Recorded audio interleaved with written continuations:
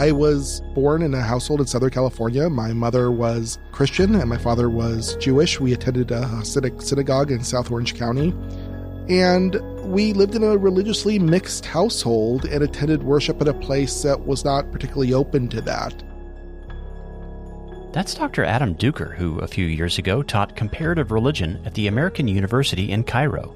And on this episode of the Humble Skeptic podcast, I'd like you to hear his story. It's a story of tragedy and curiosity, of power and persuasion. I was always interested in what other people believed and why they believed it. I always had a historical curiosity about why religions change, why different denominations are what they are. And growing up, we were discouraged from really asking those sorts of questions. My parents were intelligent people, but religion wasn't really something that we were supposed to experience and learn on our own or ask too many questions about. And, when I was growing up, my family experienced a tragedy. My first cousin, Sarah Duker, she was studying abroad in Israel. She was an advanced graduate student, and one day her and her fiance were just taking a bus home, and they were murdered. They were blown up by a Hamas suicide bomber.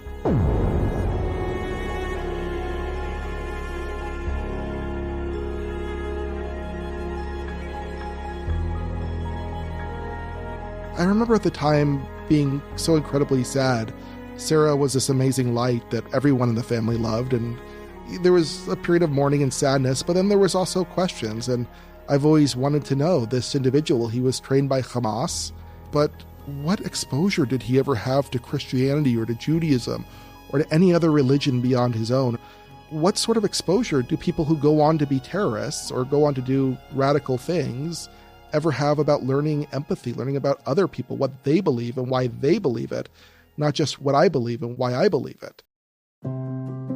Faith is believing in something you can't see, you can't feel, something that can't be proven. Then how do you know which is the right faith? I think that's a gut thing. I don't think about a right faith. I think about what resonates with me. I feel authentic. It brings me peace. I think there is no absolute truth in any religion. I think it's a matter of subjective experience. I kind of just trust my intuition, trust my gut. You just know. You just gotta follow it. You just gotta follow what you think is your faith. If faith is blind, then what makes one belief better or worse than any other? And if it's just a leap in the dark, why should any of us feel obligated to believe anything at all? My name is Shane Rosenthal. I was raised in a Jewish home, but became an atheist at a very young age. Later, as I began to question things, I ended up losing faith in my atheism and converted to Christianity. Since that time, I've never stopped asking questions, and I've spoken with authors and scholars from all over the world in order to explore the beliefs and ideas that shape our lives.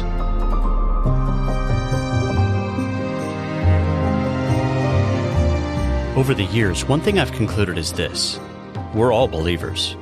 But because there are so many conflicting ideas and worldviews out there, we just can't all be right. So how do we find the truth? On this podcast, we'll start by asking questions. I'm really just trying to figure out what I believe right now.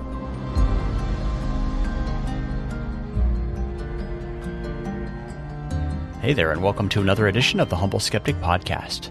On this episode, I'll be airing a conversation I recorded with Adam Duker. As Adam indicated at the beginning of this episode, the murder of his cousin Sarah inspired him to begin exploring questions related to religion and worldview to better understand what motivates some people to become religious extremists and terrorists. I've become very concerned that people have lost the ability in our society, or that at least the ability has been diminished, to understand other people as moral beings and on their own terms. The person who murdered my cousin and other people on that bus, I think if he were ever sit down and have a cup of coffee with Sarah and understand what made her tick and what motivated her as a scientist, I think he would never have done that. Because you think he would see that she's more than just a set of doctrines that he opposes? Yeah, she was a human being who was living in a society, and he had a problem with the political ideology of that society. And he didn't see her as a human being. He saw her as just a collection of parts belonging to an ideology that she may not have even belonged to so much. And I get really concerned when we dehumanize someone in the ways that not only terrorists do, but what I see young people on Twitter and Facebook doing. that we've lost the ability to have conversations with each other. We've lost trust in rhetoric, that I can convince you of something if we sit down and have a civil dialogue, and maybe you could convince me. Instead, I only want to talk to people who already agree with me. Or where the purpose is just to bash the other side. Bash the other side. One of the things I've noticed as a college professor, Shane, is students don't tend to read novels very much anymore. They're not fans of literature. They read Facebook and they read Twitter. We only can understand things in sound bites, and we need instant gratification of short clips. But I think in some ways this is an extreme example, because in films, but even more so in novels, you have to develop empathy with the characters. You're not a character in the novel. So if you're reading Pride and Prejudice, you need to get in the mind and the heart of Lizzie or Mr. Darcy or someone like that. Yeah, you're actually forced to see the world from the character's perspective. Right, instead of just your own. And I found that teaching religion, this is a way to try to remedy some of that shallow narcissistic thinking in our culture, where to help students to understand how other people see the world through other people's worldview and to see the world through their eyes. At some point, you have to look beyond the mirror, right? You have to look into your neighbor's window, not literally, don't spy on them, but you want to understand what makes them tick. And I'm concerned that in our society, we've lost the ability to do that to a large degree. One of the challenges for me, I was excited about teaching young people, not just in the United States, but elsewhere. I've lived in 5 countries in the last 9 years, but I've wanted to understand, how do you communicate cross-culturally, cross-confessionally? I'm an expert in the Protestant and Catholic Reformations, but how do you communicate something like that to a Muslim who's never heard of Christianity and doesn't really know anything much about Christianity anyway, in a place like Cairo, Egypt? Yeah, I'd like for you to go into that, because you have some really interesting stories to tell about your time there. But you would say your overall goal as an instructor of comparative religion was just to be a faithful instructor of what Protestants believe, what Catholics believe, what Muslims believe. Jews, atheists, Hindus, Buddhists. If there was a Buddhist in my classroom, when I teach Buddhism, I would want that Buddhist to say, hey, that's a faithful, legitimate representation of the Buddhist religion. It's not a caricature. It's not dismissive. And I wanted to teach Islam to Muslims and to non-Muslims. I wanted non-Muslims to understand what Muslims believe and why they believe it. I wanted Christians to understand what Jews believe and why they believe it. I wanted my students to understand the beliefs, practices, institutions, and rituals of other people on their terms, not their own. And would you say that attempt to understand the beliefs of others, as you say, on their own terms, is just an aspect of what it means to love our neighbor? I think so. I don't know how you could be charitable to someone and to care about them or to show them hospitality if you don't know anything about them, if they're just the bad guy or the other. So that was a real motivating factor for me going to Egypt after the revolution in Egypt of 2011. I thought there really needed to be more cross-confessional understanding. Now, one of the classes you ended up teaching at the American University of Cairo was on the history of the Christian doctrine of justification. Before we get into what happened, how did you first get interested in that topic? Well, as a Reformation historian, the history of the Christian doctrine of justification is a really important history. It's one of the major doctrines of the Reformation that divided Christians amongst from one another and caused the splintering and fragmentation of Europe. The doctrine of justification is an incredibly important doctrine. I don't think you can teach the Reformation or understand the Reformation in all of its complicated glory without understanding this doctrine, the doctrine of justification. So what was it like teaching the history of that doctrine to a predominantly Muslim student body? Usually I would have, about maybe 30% Christians in my class and 70% Muslim, or 40-60, or something like that. But this class on the history of the Christian doctrine of justification, I had assumed that it would attract even more Christians and fewer Muslims. That assumption proved completely inaccurate. As it turns out, 100% of the students who enrolled in this class were from a Muslim background. I didn't have a single Christian in the class. They were really interested in learning about the Christian doctrine of justification. And that was surprising to me and very exciting to me. I had taught at a Roman Catholic institution. And, one of the challenges of teaching the Reformation class at a Roman Catholic university is when you're beginning by talking about the late medieval church, you have to spend some time going back and explaining why the Catholicism they experience every day here in the 21st century in America, this post-Vatican II Catholicism, was different than late medieval Catholicism. So your personal present-day experience is not indicative of Catholics from 500 years ago. Yeah. So you had to almost do a little bit of deprogramming for a couple of weeks. Whereas in Cairo, they really had no knowledge of Christianity whatsoever. Blank slate. Completely clean slate. Now, this had its own challenges, Right. and then I have to start off a class on the doctrine of the justification by explaining who Jesus is. How do you explain the Trinity to Muslims? How did your students react when they learned about the doctrine of justification? They were so interested in this. There were a lot of students who were a little upset and quizzical about why wouldn't everyone just go out and rape and murder and kill and right. steal? What motivates them to do good work? And the concept of gratitude as a motivating factor wasn't something they'd ever considered. What's interesting is whenever you look at the stats, it's always legalism that ends up producing more license.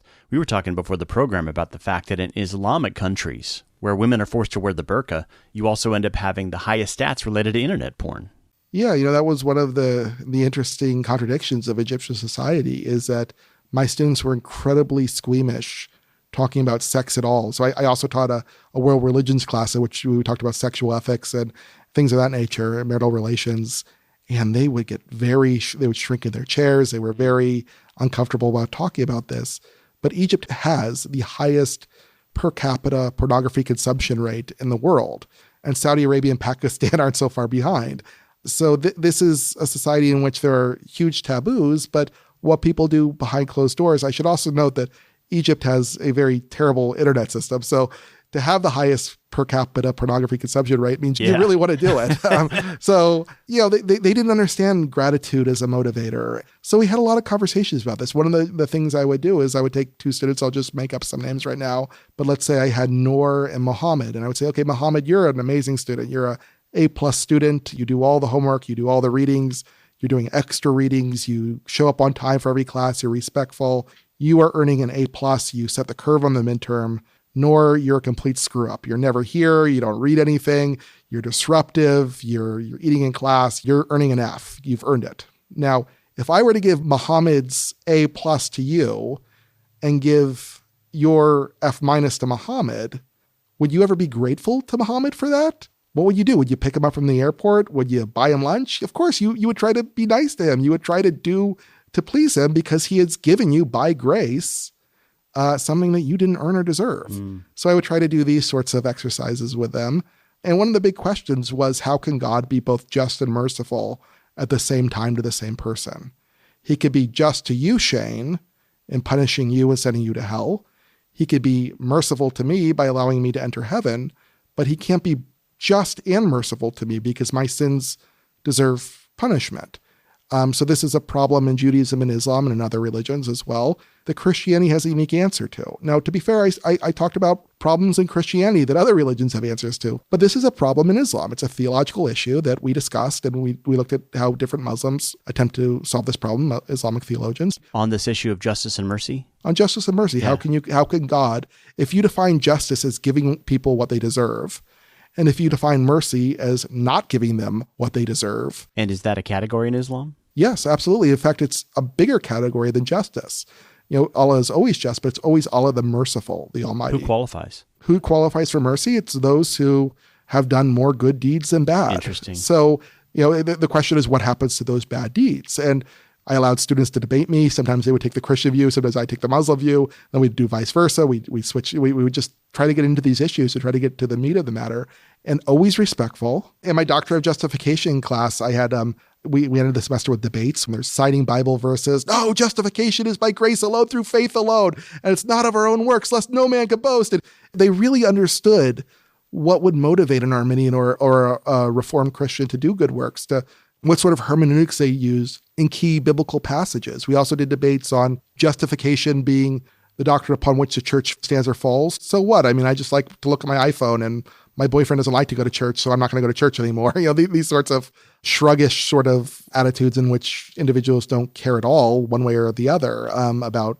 this doctrine that for so many centuries has divided and brought together the church simultaneously. I allowed the students to experiment with religious free speech, and I think they respected that. It was a safe place for them. It was a respite from the rest of Egyptian society. One of the interesting things was in this justification class, I found that the vast majority of my Muslim students who were in this class, they cared more about this doctrine than the vast majority of Christians I see in the United States. They really thought that this was what made Christianity unique from other religions. And we would talk about this. I'd had them over to my house. I threw them an iftar dinner on Ramadan.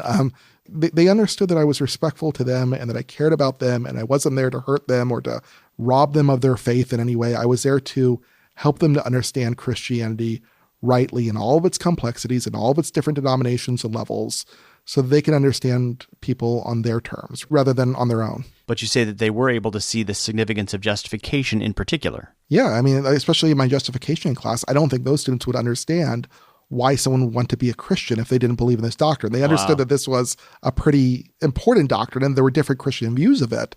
But to think that none of the views really mattered, that they were just uninteresting or boring, they couldn't understand that. This doctrine changes everything. Yeah, for at least most of Christian history. We started in the Old Testament, the Hebrew Bible, and then we went through Origen and the early church fathers, and we got into the Reformation. We spent a good deal of time looking at Luther and Calvin, and we spent a lot of time on the Council of Trent. And then we ended with the world today in which people just don't really care one way or another. This is really, I think, the biggest historical turn in the history of the doctrine of justification, where it being such a contentious, from here I stand, I could do no other, to what? Who cares? It's not, as long as you're a good person, it doesn't matter. Why? We all believe in God. We all care about, being a good person, and none of us are Hitler. So we're all probably going to go to heaven anyway. So who cares? Why does it matter? So to me, I think that's actually the biggest historical turn. I agree. Even more so than the New Perspective or Norman Shepherd and his critics on the confessional reform side of in the 21st century. I think it's more of people just not caring. I know that on my maternal side, when my grandparents got married, one was a Roman Catholic, the other was a Presbyterian. And that was a scandal. I mean, it separated, it was not an easy thing to do. Family members wouldn't come to the wedding. Yeah. I mean, it was a major thing. And today that's not even a thing. Nobody cares. It's not a problem. What's fascinating to me, though, is that your Muslim students picked up on the fact that the doctrine of justification was a really distinctive thing, whereas in many Christian circles throughout this country, that doctrine is hardly even on the radar. Well, I agree with that. That's been my experience in interacting with American Christianity. I think you're absolutely right, Shane, in that there's an assumption on the part of pastors and church leaders that people don't want to learn about theology, that it's too complicated. If you can't teach a college-educated soccer mom the doctrine of justification, then why are you in the ministry is one of my questions. And the interesting thing here is they're so afraid, evangelical pastors today are so afraid that you have to dumb things down and not get into the heart and meat of theology because they have such little faith in their parishioners. But I found that dealing with Muslim students in Cairo, Egypt, who had never explored the doctrine of justification before, that after a semester, they knew what propitiation was. They knew what substitutionary atonement was, or alien righteousness, or the difference between imputation, or impartation, or infusion. They were educated about this. They could come into any kind of happy-clappy, large evangelical church in America and know more than most of the pastors of that church. I think that the pastorate of America needs to really think about is how little faith do you have in your people? You need to be able to teach them the doctrines of what makes your religion unique. Otherwise, why are they coming to you? Right. You got to give them something unique. And Christianity has a unique message when it comes to the doctrine of justification. And I've found that it's perfectly possible to train people who are not Christian, who have no interest in Christianity on a personal level, or maybe only marginal interest. And I think it would be all the more easy to teach people who have a personal spiritual investment in Christianity. What were some of the challenges that your students faced as a result of going through some of your classes? Well, I think a lot of the students come into a class with a professor trained in the United States who's an American, and they're afraid. They're afraid that they're going to lose their faith, or that the professor might have a bias, and that bias might change them forever in some ways. I have to say this fear isn't unique to my students in Cairo. I think there's a lot of people, probably young people who listen to your show, Shane, who go into a university, a secular university here, and are afraid of taking a class on the history of Christianity or a religious philosophy class in which they're afraid that they're going to lose their faith or be challenged in some way. And in Cairo, it was similar in that the students thought there was a good chance that maybe I wasn't a Muslim. I never revealed my religious affiliation to them. And they were afraid that by taking my class that they would lose their religion. And what I had to do was build trust and to assure them. And I said this on the first day. I said, look, I am from California. If some guy from Laguna Beach traveling all the way to Cairo, Egypt, lecturing to you, wearing a corduroy jacket, can steal your faith by talking at you for 1 hour and 15 minutes twice a week, 2.5 hours a week total, then you didn't have much faith to begin with. Good point, yeah. I don't think we should be scared in our search for truth. We should enter into it confidently. We should allow all ideas to be freely exchanged, that there should be no heretic hunters in universities, either on the secular side or the religious side. We have to allow for a free exchange of ideas. And at the end of the day, if there's a level playing field, the best ideas will win in the individual's hearts and minds and in the curriculum. And even if they don't, the important thing is that we really strive to understand each other and that we stop presenting the views of others as caricatures. Absolutely. There was no attempt in my classes to adjudicate right or wrong on religions. It was to explain what people believe and why they believe it, so that you can understand other people on their own terms. Do you think that one of the problems we need to deal with is that Christian parents and youth workers don't end up spending a lot of time on apologetic questions in general, or on this idea of exposing their kids to the beliefs of others? You know, they're just sort of raised assuming the Christian view of things. And so when they do finally leave the reservation, that's often when they're forced for the first time, really, to deal with views radically different from their own, and which sometimes can cause a crisis of faith. I think that's absolutely right. The saccharine version of Christianity, where we just believe things so that we can be nice people and we're Christian because we go to church on Sundays and we exchange presents on Christmas, that doesn't stand up. That's a faith built on sand. It doesn't stand up under scrutiny or to conversations in your dorm room or around the cafeteria table. It might, but it's unlikely to. I think what you have to do is train young people to think, to evaluate ideas, to allow for them to make mistakes, to ask questions. And then, as parents, at some point, you have to let go and let them stand on their own and make their own decisions. Sometimes those will be different than the ones you've made. So would you recommend that churches give more attention to this idea of exposing young people to other belief systems and showing how and why they differ from Christian beliefs? I think it's absolutely essential for the moral development of young people. And I would love to see churches spend more time explaining to young people what other people believe and why they believe it, and to maybe invite a Muslim or a Jew or a Hindu or a Buddhist to come and talk to your young people so they can ask real questions. And what a thought. To share some food. I mean, that's an amazing part of studying other religions, is you get to eat really amazing food from different parts of the world. To share a cup of coffee and have a conversation. I think that's something that not just for the youth in churches, but for adults, that I think is missing, or when these religions are taught, it's just for the purpose of explaining why that other religion is wrong. And clearly at a church or a synagogue or a mosque, yes, these are not, impartial organizations. They hold to their own religious beliefs, and that's a good thing. I think that's great. But you first have to explain the other religion and to help people understand that other religion on its terms. You bracket your own judgments. You don't get rid of them. But then once you understand them, then you can apply your judgments to them. So you're judging based on accurate information and not prejudging or becoming prejudiced based on false information or information that doesn't hold up to the beliefs and histories of other religions. So now, Adam, you were recently involved in an international news story related to your work at the American University of Cairo. So can you tell our listeners about the controversy that you were involved in there? Sure. So I was pretty fortunate. Right out of graduate school, I had several different opportunities to be a professor in different parts of the world. And one of the places I applied to that ended up offering me an academic position was the American University in Cairo. And the position was to hold actually the largest humanities endowed chair in the Arab or Islamic majority universe, the Abdul Hadi Taher Chair in Comparative Religions. And this was an endowed position, so it was supposed to never go away. So it turns out in 2002, there's been reports that Abdul Hadi Taher was associated with the Al-Qaeda terrorist organization. His name was found on a list in an Al-Qaeda safe house, and that list has been interpreted as a list of possible donors to Al-Qaeda. Who knows if that was real? But what I do know is that by establishing this chair, he did get a lot of positive publicity and recognition for caring about world religions and helping Muslims understand other people. So if he was affiliated with that group, it sure did wash his hands clean quite a bit. So I applied for this position, and it was a highly competitive international search. And I was fortunate enough to emerge from that search and be offered this extremely prestigious position. And I was very young to receive it. I was conscious of that. And I was excited about the opportunity to go to Egypt, go to an Islamic majority country, and to teach Muslim students. These are very elite students, I should say, Shane. The tuition at American University in Cairo was very high. It's on par with elite private universities in the United States, but Egypt's a much poorer country. So these were the children of Egypt's elite and the Arab world's elite who could afford this tuition. So I understood that I had an opportunity to make an impact with people who may in the future are likely to hold powerful positions of influence in the Islamic world.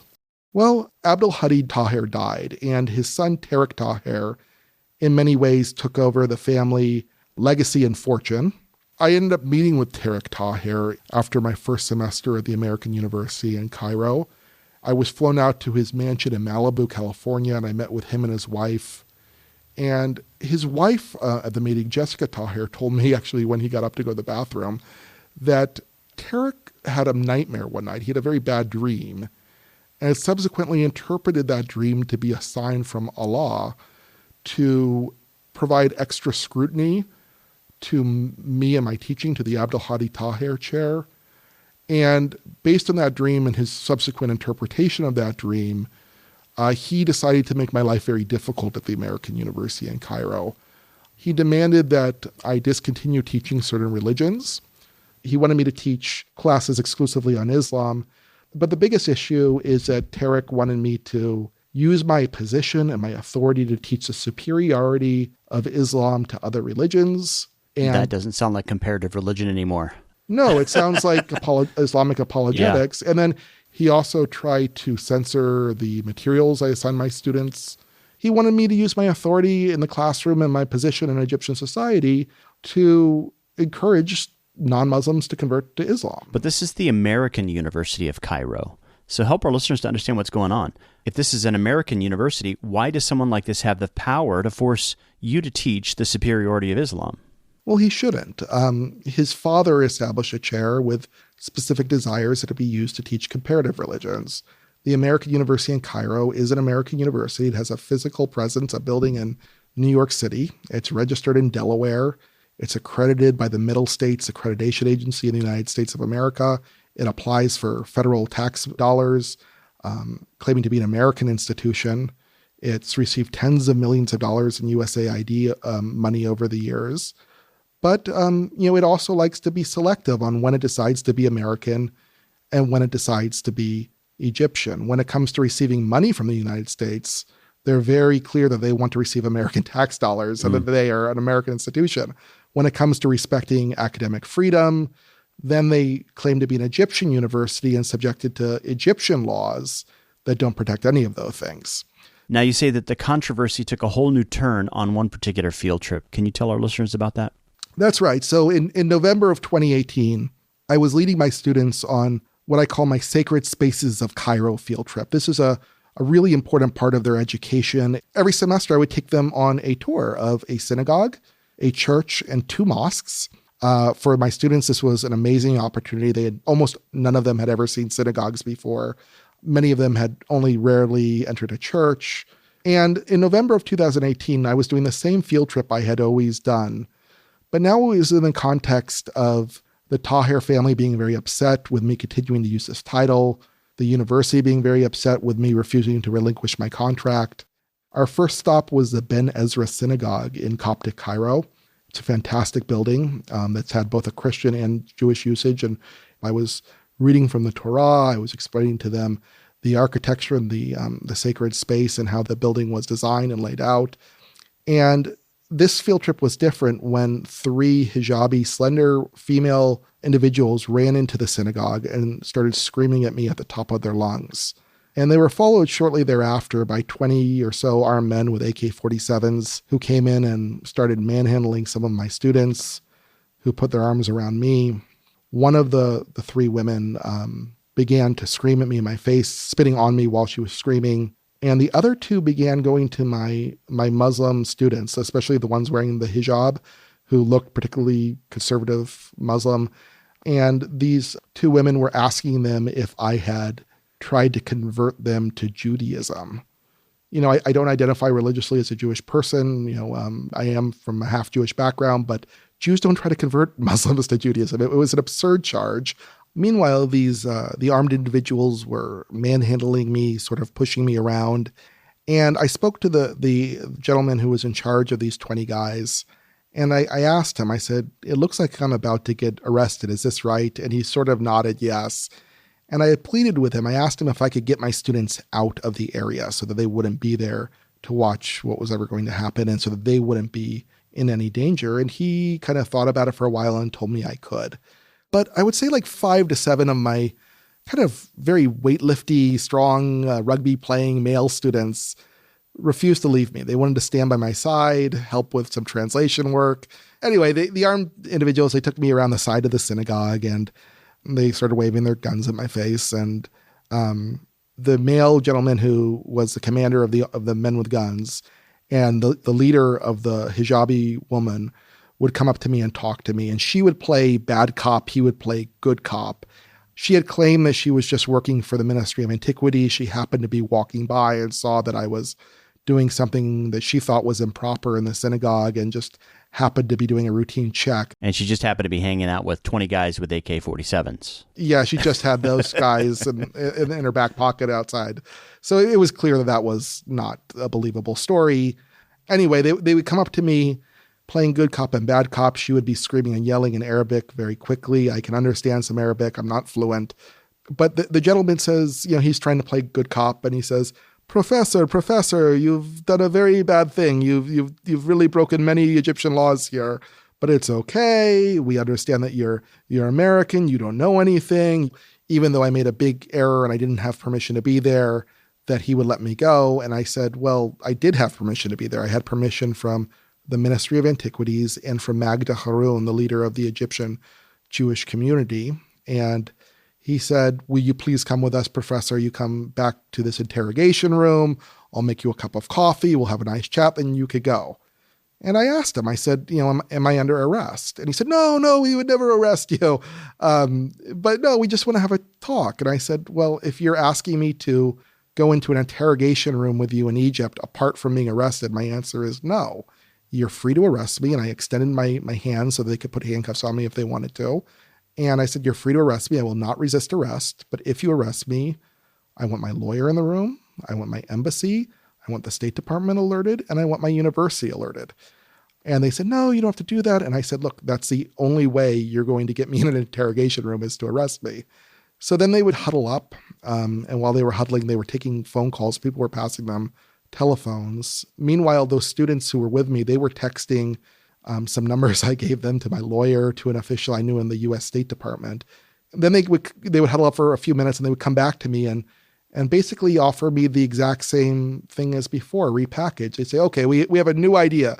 It's a completely new idea, Professor. We'd like you to come back to this interrogation room. We're going to have a talk and we'll make you a cup of tea. So basically their offer went from coffee to tea. Yeah, but there were no real big changes in this. I said, am I under arrest? And they'd say no. I said, well, then I'm going to leave. You either arrest me or let me go. And they went back and huddled up again. And this farce went back and forth, I want to say like 5 or 6 times. It felt like about 45 minutes or so. It may have been a little bit more. But it was basically the same thing. They would just come back and offer me the same thing and then come back again. But then the final time they come, and this time there wasn't a good cop and a bad cop. It was just a bad cop and a worse cop. They were both angry at me. And they said, Professor, that's it. We are very upset. We know exactly what you did. You've done something very bad. And they're screaming at me very quickly. They're angry at me. And he says, we have just spoken to Magda Haroun, the leader of the Egyptian Jewish community. And she says that she doesn't know anyone named Adam Duker. She's never heard of the Abdul Hadi Tahrir chair at AUC. You did not have permission to be at the synagogue, and that we should arrest you. I took my phone and I handed it to my students. I said, call Magda Haroun. They put it on speakerphone and handed the phone back to me. And Magda picked up after a couple of rings. Hello, Adam, how are you? And I said, oh, Magda, I'm fine. How's your wife? How's your baby? I said, Magda, they're great. Did you make them a good breakfast this morning? Yes, I made them a good breakfast. But that's not why I'm calling. Yes, there were eggs and bagels involved, Magda, but that's not the purpose of my call. And she explained to the armed people that I did have permission to be there, that I was a friend of Egypt, that I was a friend of the Egyptian community. And while I'm doing this woman is furious that Magda is contradicting her and is trying to grab my phone. And although she seemed to wield a great deal of power, controlling a large group of men with AK-47s, she was actually a quite slender, small, short woman. And I'm 6'3" almost, and she's trying to jump up and grab my phone, which I lift over my head. And it's kind of funny. She's jumping up, trying to grab at it, and she's screaming so fast. Spit is flying out of her mouth while she's speaking. And they didn't have anything. They had built their bluff on me not really knowing Magda Haroun. Magda had contradicted this, and they went back and huddled. She didn't even come back. He came back the last time and said, "You can go." So we went, and the students and I, we met up with the other students at the coffee shop to a standing ovation. A lot of the students have been tweeting about it or, doing online communications. And what do you think would have happened had you agreed to go to the interrogation room? I don't know. I mean, I was pretty intent on not finding out. So, there's been Americans who've been arrested in Egypt for all sorts of reasons. Egyptians do not have religious freedom. Under Article 98F of the Egyptian Constitution, it is illegal to hold religious views that they consider outside of the three main religions that they accept, which is Judaism, Christianity, and Islam. Is it illegal to convert to a different religion? It's legal for Christians and Jews to convert to Islam. It is illegal for Muslims to convert to anything else. So, in my time teaching at AUC, I'd have a lot of students who would come to me during office hours, or at least some students who would confide in me because they trusted me that they were no longer Muslim in any religious sense. Some of them had converted to Christianity they've just lost their faith and were atheists, but they at least outwardly had to conform because of the ramifications of Article 98F of the Egyptian Constitution. When I got home that evening, I'd sent an email to the university chief administrators, the president, the dean, people like this, to explain what had happened because, this was an incident. And I was really expecting somebody to call me and just to say, "Thank you for protecting our students. Are you okay? Is there anything we can do for you?" And no, they didn't show any care for their faculty whatsoever. Instead, the next day, I called my lawyer, and my lawyer said, "Hey, I recommend that you just get out of Cairo right now." So we packed up our bag and we took our son, who was not even 2 months old, and we got in a taxi and we started driving south to a little oasis town called Fayoum. It's a beautiful Bedouin town near a lake. But on the way down, I started getting emails on my iPhone from students saying, "Why do we need to meet with the dean of students? Why do we need to meet with the American University's chief lawyer, their general counsel?" So they were also interrogating your students? Yeah, they were called in, and it became very clear to me that the university was investigating me. I was subjected to even more investigations at the university. In the next semester, I had university professors saying that I was a missionary and planted there. None of this was true. And, there was just really no support for academic freedom. They took the side of a Saudi billionaire instead of the side of the American values and the values of liberal arts scholarship that the university claimed to hold to. And this was a tragedy because I really had some great experiences and great opportunities there. They took something very significant away from me. But they also took something away from the students. This endowed chair guaranteed that these students would always have the opportunity to take these classes. And this is, I think, a real blow to Egypt and to the Muslim world. This was the only position at a non-sectarian university in the Muslim world that taught religious studies comparatively. I mean, you could take a class at Al-Azhar University, the Islamic theological institution in Egypt, but you would only study three religions, Judaism, Christianity, and Islam, and you would never read anything ever written by a Jew or a Christian. You would only read Islamic apologetics against Judaism and against Christianity. Interesting. Whereas in my classes, you would actually read things that Jews wrote and what Christians wrote and what Muslims wrote. And you would get to interact with these ideas in comparison with one another. And it was a safe place to do this. And my students loved it. It was an opportunity they rarely had in an Egyptian society. But I did have some pretty amazing opportunities to teach some classes to these students, to interact with them, to be a part of their life. And that's something that I'll treasure really forever. Looking back now at the way your story was covered by various news agencies around the world, do you think that it was covered accurately? Well, it started off, some of the first news organizations to cover it were really afraid of Tariq Tahir and his lawyers. And so they sort of started off telling it as sort of an employment dispute. He said, she said, this professor wants this, the university wants that. And it was just kind of a disagreement. Other organizations covered the religious dimensions of it, some more faithfully than others. The more left-leaning news organizations were more concerned with seeing if they could use this to embarrass the Trump administration. It was more about using my situation to advance their own interests and their own goals. I did have some reporters who just made up quotes out of whole cloth some reporters who never even spoke to me, but then said in an exclusive interview with Professor Duker and these kinds of things. They're just doing it for clicks and for their own organization's agenda. So I became very skeptical of the Western and really the international press through this experience. But I mean, at the end of the day, I thought this was a story about academic freedom being violated, religious rights being violated, and an individual who moved to Egypt with the best intentions of helping the society really being undermined and betrayed by the university that employed him and by a Saudi extremist from Malibu, California.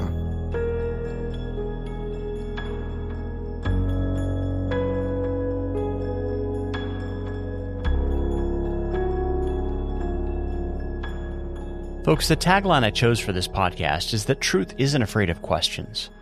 So whenever you find that you're not allowed to ask questions, or that people from opposing points of view are marginalized, misrepresented, censored, or even canceled, this should be a clear sign that the quest for truth has been abandoned, and that the community in which you find yourself has chosen the dark path of propaganda and totalitarian control. This can take place in churches, mosques, schools, online forums, and entire societies, and I'll be exploring this topic in a variety of ways on many future episodes.